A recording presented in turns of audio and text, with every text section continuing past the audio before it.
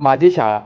शाळा म्हणजे मुलांचा दंगा, बाईंसोबतचा पंगा आणि रोज शिपाई काकांसोबत कुठल्या ना कुठल्या गोष्टींवरून घालायचा पिंगा.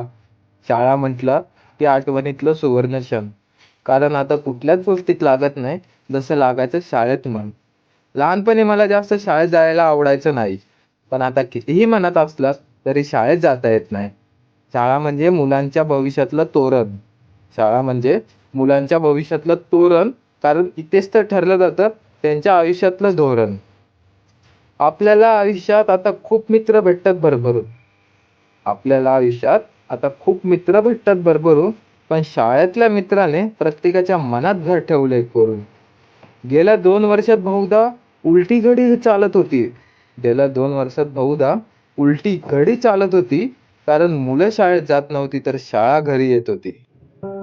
आशा करतो यावर्षी तरी सर्व सुरळीत होईल.